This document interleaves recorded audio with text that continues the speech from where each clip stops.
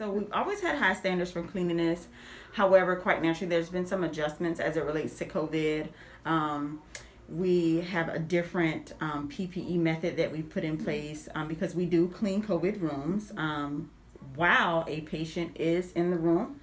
Um, we want to make sure that at the end of the day, these patients are still receiving the best quality of service and care while they're here with us. Our staff uses additional PPE when servicing these rooms, such as surgical mask, the goggles or face shield, the isolation gown, gloves.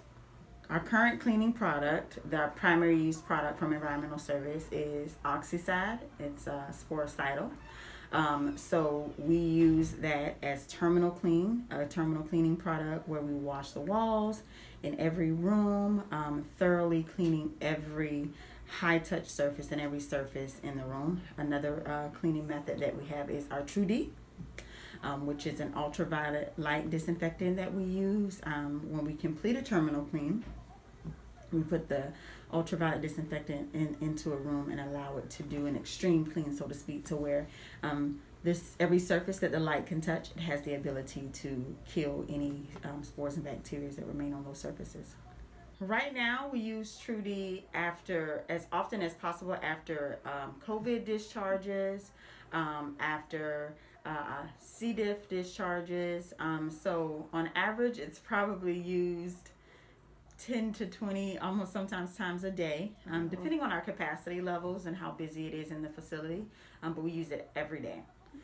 So like any standard room in other areas that may not be a COVID unit, every day those rooms are serviced, touching all the high touch surfaces that a patient and or family members or even our staff as we go in different departments to service those rooms. So we have about 17 high touch areas that we make sure we clean and disinfect every day while we go in to do the servicing for the patient while they're in the room. And then we go into these rooms 3 times a day. So we do an AM freshening, which is where we go in, the technicians introduce themselves to the patient. They check to make sure and see if there's any cleaning needs at that moment at the top of the morning. Empty the trash, make sure that the patient has paper products as needed. And then they go back, let the patient know they'll be back later the afternoon to actually clean and disinfect the room and the restroom.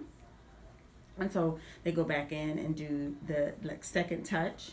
And then in the evenings, going back in prior to the patient discharging, it's almost like what a hotel will call like the turn down service, where they're again just checking to see if there are any housekeeping needs that the patient would have prior to them leaving for the end of the shift.